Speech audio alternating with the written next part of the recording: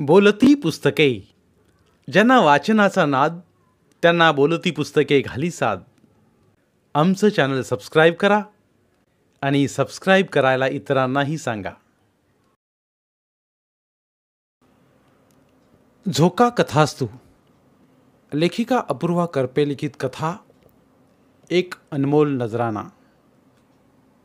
चिंब पावसाळ्यात खिडकीतून बाहेर पाहत गरमागरम चहाचे घुटके घेण्यात काय मजा असते.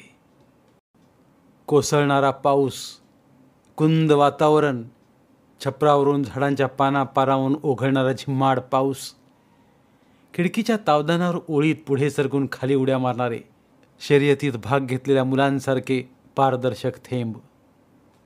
बाहेरच्या खोलीत मुलांचा व आजोबांचा खेळ रंगात आलेला. आजोबा इथे या, आता तुमच्यावर राज्य. मुलीचं दटावणं. नाही नाही, तू मला कुठं शोधलंस? ती खुर्ची पडली म्हणून कळलं तुला. ही रडी आहे हं? रडी रडी. बरं बरं रुसूबाई, माझ्यावर राज्य. आजोबांची सपशेल माघार. मनाला आतून कुठून तरी गुदगुल्या होऊ लागल्या. किती लहानपणापासूनचं स्वप्न होतं हे माझं. कसं आश्चर्यकारकरित्या पूर्ण केलं हे देवानं. आता बाहेरचा पाऊसही कमी झाला होता, पण आठवणींचा पाऊस टप टप करत कोसळू लागला. त्या दिवशी सकाळपासूनच दिवस रुसलेला, सगळंच कसं विस्कटलेलं. उशिरा जाग आली. डबा न घेता अर्जूला शाळेत पोचवून मी ऑफिसला गेलो. मीटिंग दुपारी 3 वाजता संपली. फक्त डिस्कशन, नो कन्क्लुजन.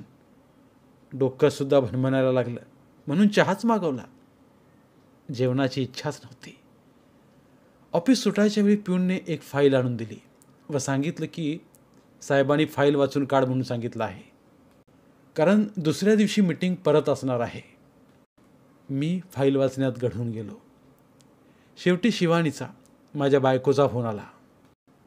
अहो, अर्जू अजून शाळेतच थांबली आहे.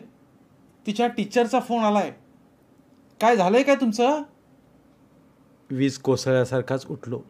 गाडी पळवत शाळेत गेलो.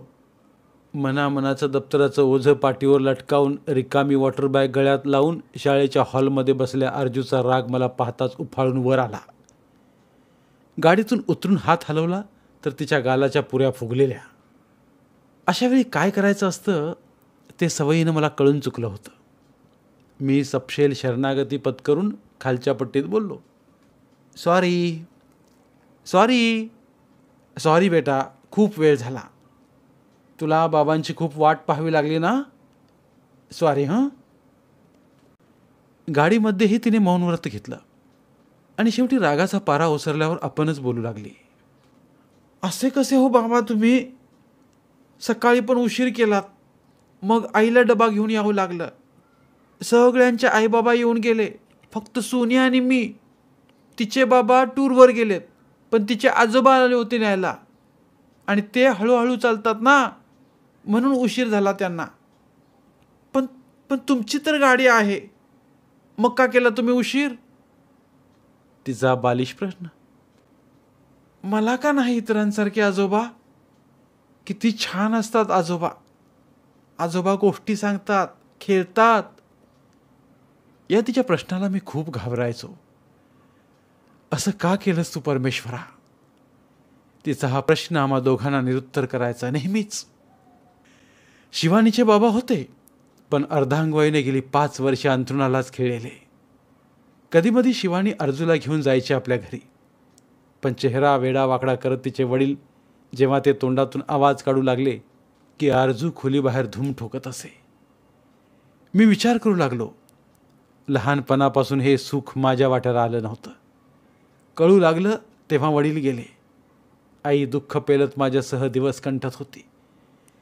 पण वडिलांचं दुःख तिने इतकं लावून घेतलं की स्वतःकडे दुर्लक्ष केलं. त्यातच थंडी ताप म्हणून झाला व ते टायफॉईडवर गेलं, आणि त्यातच तिचंही निधन झालं. माझी रवानगी काकांकडे झाली. काकांची 3 मुलं, त्यात माझी भर. काकांची पोस्टमनची नोकरी. ते दुकानात हिशोबी लिहित असत संध्याकाळी. काकीही कुठल्याशा शिंप्याकडे कपडे शिवायला जाऊन 4 पैसे कमवायचे. आम्ही मुलं आपापल्या परीने स्वतःचा भार उचलायचा प्रयत्न करायचो.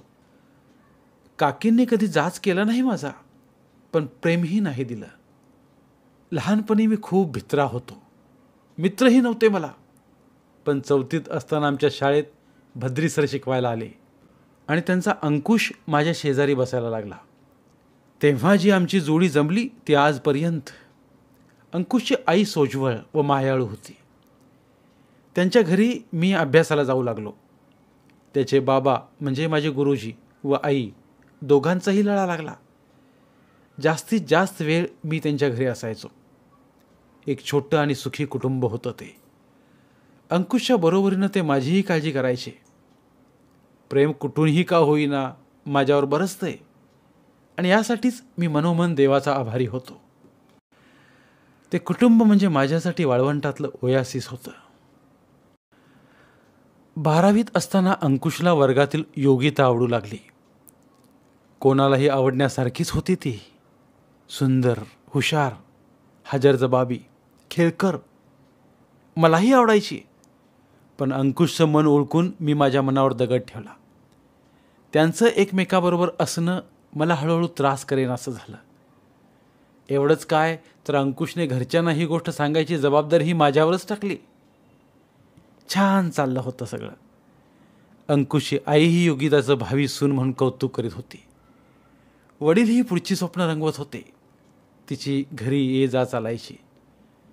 डिग्री झाल्यावर अंकुश सेटल झाला की लग्न करायचा बेत होता आणि तो काळाकुट्ट दिवस उगवला. TYG परीक्षा देताना योगिता चक्कर येऊन पडली. तिला शुद्धच येईना. तिला हॉस्पिटलमध्ये ॲडमिट केलं. आम्ही दुसऱ्या क्लासमध्ये पेपर सोडवत होतो. जेव्हा ही बातमी समजली तेव्हा धावतच आम्ही हॉस्पिटल गाठलं. योगिता शुद्धीवर आली होती. सलाईन लावलं होतं. ती पांढरी फटक पडली होती. डोळे मिटून घेतले होते. तऱ्हेच्या टेस्ट चालू होत्या. परीक्षेमुळे महिनाभर जवळजवळ आमची भेटच झाली नव्हती. त्यामुळे वाटलं की परीक्षेचं टेन्शन आलं असेल. पण पायाखालची जमीन सरकेल एवढा धक्का बसला. ब्लड कॅन्सरचं निदान झालं.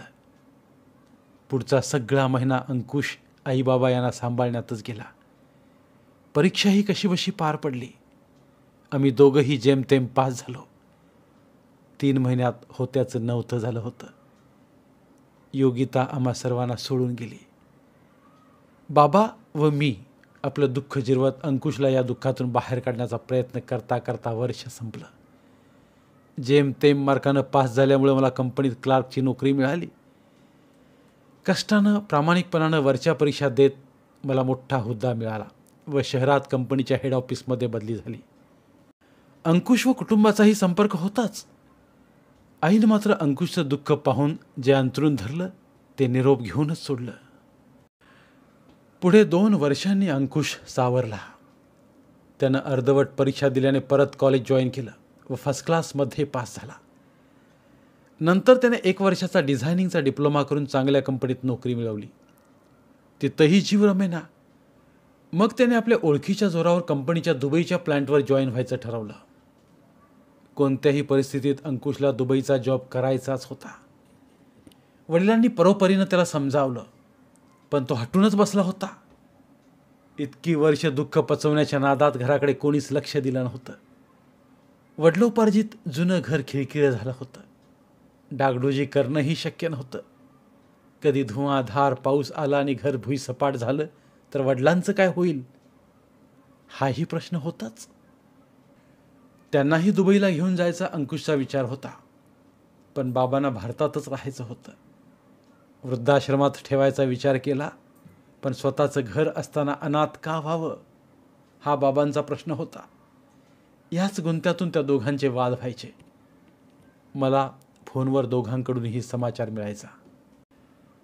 त्या दिवशी उखडलेल्या अवस्थेतच अर्जुला शांत करण्याचा प्रयत्न करून शिवानी थकली. शेवटी ट्युशनला मुलं येऊ लागली तशी ती मला म्हणाली की अर्जुला बागेत घेऊन जा, तिथे खेळण्यात रमेल ती. मी अर्जुला घेऊन निघालो. वाटेत तिने बुढ्ढी का बालचा हट्ट केला नाही की आईस्क्रीमचा. बोट सोडल्यावर मुलं खेळतात तिथं ती हळूच चालत गेली. मी पेपर वाचू लागलो. इतक्यात अंकुशचा फोन वाजला. कधीही न सुचलेली कल्पना मला आज अचानक सुचली. अंकुश बोलत होता व मी अर्थबोध होत नसतानाही ऐकत होतो. कल्पनेला रंग रूप येत होतं. घर बिल्डरला विकून बाबांना वृद्धाश्रमात ठेवायचा विचार पक्का झाला होता. आश्रमात बाबांचे एक स्नेही भेटले. त्यामुळे बाबा नाईलाजाने का होईना तयार झाले आहेत, असं काही बाई तो बोलत होता. मनात निश्चित काही ठरवून मी बाकड्यावरून उठलो. जरा दमानं घे, मी तिथे येतो आहे, भेटीत बोलूच, असं सांगून फोन बंद केला. इतका वेळ डोळ्यांसमोर असली अर्जू कुठे दिसेच ना. मी हाका मारत गेलो तर ही पाठमोरी उभी. काय पाहते म्हणून समोर पाहतो तो एक आजोबा आपल्या नातवांना खेळत होते. हळवं करणारं हे दृश्य तिच्या आजच्या जखमेवर मीठ चोळून गेलं असावं. माझ्या हाताचे बोट धरून चालता चालता तिनं मला नेहमीचा प्रश्न विचारला, बाबा आपल्याला आजोबा का नाहीत? पण आज माझ्याकडे तिच्या प्रश्नाला उत्तर होतं. तिची कळी खुलवण्यासाठी मी तिला म्हणालो, बाळा तुझा वाढदिवस आहे ना येत्या 2 तारखेला, तर तुला मी असं गिफ्ट देणार आहे. असं गिफ्ट की कोणीही आपल्या मुलीला दिलं नसेल. कोणतं गिफ्ट ते मात्र सरप्राईज. ते तुला त्याच दिवशी कळेल. 2 दिवसात रजा टाकून मी निघालो. वाटभर मन उत्साहानं थुई थुई नाचत होतं. एक अनामिक हुरहुर दाटून आली होती. एक नातं ज्यानं मला एवढी वर्षे दिलासा दिला, त्याची मला परतफेड करता येणार होती. काळोख दाटलेल्या अंकुशा घरात मी 3 सांजेला पोहोचलो. बाबा निमूटपणे आणि नाइलाजाने तयार झाल्यामुळे खिन्न होते. अंकुशही फारसा उत्साही नव्हता. बाबांनी मला आवडतो म्हणून झुणका केला होता. जेवण वगैरे झाल्यावर मी प्रश्नालाच हात घातला. माझा प्रस्ताव समोर ठेवला. मुलं दत्तक घेतात तसे मला तुझे बाबा दत्तक घ्यायचे आहेत अंकुश. त्यांची प्रॉपर्टी वगैरे मला काही नको आहे. फक्त बाबांनी इथल्या वृद्धाश्रमात राहण्याऐवजी आमच्या घरी माझे बाबा, माझ्या मुलांचे आजोबा म्हणून राहावं. क्रिया प्रतिक्रिया होत राहिल्या. शेवटी अर्जूचा काल घडलेला किस्सा मी सांगितला. बोलणं संपेस्तोवर दोघांच्याही चेहऱ्यावर उत्साह व आनंद दिसत होता. 2-3 दिवसात कायदेशीर गोष्टी झाल्या. बिल्डरने अर्धे पैसे बाबांच्या नावावर बँकेमध्ये ठेवण्याचे कबूल केले. उरलेली रक्कम काम चालू झाल्यावर द्यायचं कॉन्ट्रॅक्ट केला. 3 दिवसांनी अंकुशला एअरपोर्टवर सोडलं. त्याचे डोळे भरून आले होते. प्रेमानं हात दाबत म्हणाला, मला खूप रिलॅक्स्ड वाटतंय रे. हुरहुर लागून राहणार होती. बाबांना न्यायला मी गाडी आणली होती. त्यांचं सामान घेतलं. बाकीचं सामान शेजाऱ्या पाजाऱ्याने 3 दिवसातच नेऊन संपवलं. आम्ही बापलेक निघालो. वाढदिवसाची तयारी झाली होती. घरात चिल्ली पिल्ली जमली होती. गोंधळ चालू होता. मी आज जाऊन म्युझिक सिस्टीम बंद केली तसं मुलांची मस्ती थांबली व माझ्याकडे लक्ष गेलं. बाबा आले, बाबा आले करत अर्जुने मला मिठी मारली. तिला उचलून मी म्हणालो, आज मी एक अमूल्य असं गिफ्ट आणलं आहे. ते अगोदर पाहून घे, मग केक कापू. मी शिवानीला डोळा मारला. तिनेही हसून प्रतिसाद दिला. बाबा मी मोठ्यानं म्हणालो तसे दारामागे उभे असलेले बाबा पुढे आले. अर्जू हे बघ तुझे आजोबा, अगदी खरे खुरे, मी म्हणालो आणि घर आनंद कल्लोळात बुडून गेलं. दुधात साखर विरघळल्याप्रमाणे बाबा आमच्या घरात विरघळून गेले. ते असल्यामुळे कितीतरी कठीण प्रसंग अगदी हलके फुलके बनून गेले. कधी मला वेळ नसला की आजोबाच अर्जूला शाळेतून घरी आणतात. कधी शिवानीच्या ट्युशनच्या मुलांचे गणित सोडवायला मदत करतात. हाडांचे शिक्षक होते ना ते. आईविना वाढलेल्या शिवानीला त्यांनी लोणच्यापासून सर्व पदार्थ शिकवले. मी ट्रेनिंगला दिल्लीला गेलो तेव्हा घर निर्धास्तपणे बाबांवर सोडून गेलो. शिवानी दुसऱ्या वेळेला गरोदर असताना डॉक्टरांनी तिला रेस्ट घ्यायला सांगितली. तेव्हा बाबांनी तिला खुर्चीवर बसवलं व तू आता फक्त ऑर्डर द्यायची असं म्हणत स्वयंपाकघर हातात घेतलं. मीही स्वयंपाकघरातला श्री गणेशा गिरविला. बाबांबरोबर मिळून स्वयंपाक करताना खूप खूप मजा यायची. अखिल झाल्यावर हॉस्पिटलमध्ये चहा जेवणाची ने-आण मी आणि बाबांनी केली. बाळाचे लंगोट बदलण्यापासून त्याचे दृष्ट काढण्यापर्यंत सर्व काम बाबाने हाती घेतलं. मध्यंतरी अंकुश एका पंजाबी मुलीला घेऊन घरी आला. इथं सिव्हिल मॅरेज केलं. थोड्या दिवसांनी बाबांना घेऊन गेला, पण ते तिथे रमले नाहीत. प्रकृतीला पण तिथे मानवेना त्यांना. ठणठणीत झालेले बाबा तिथे लगेच आजारी पडले. महिनाभरासाठी गेलेले बाबा 15 दिवसातच परतले.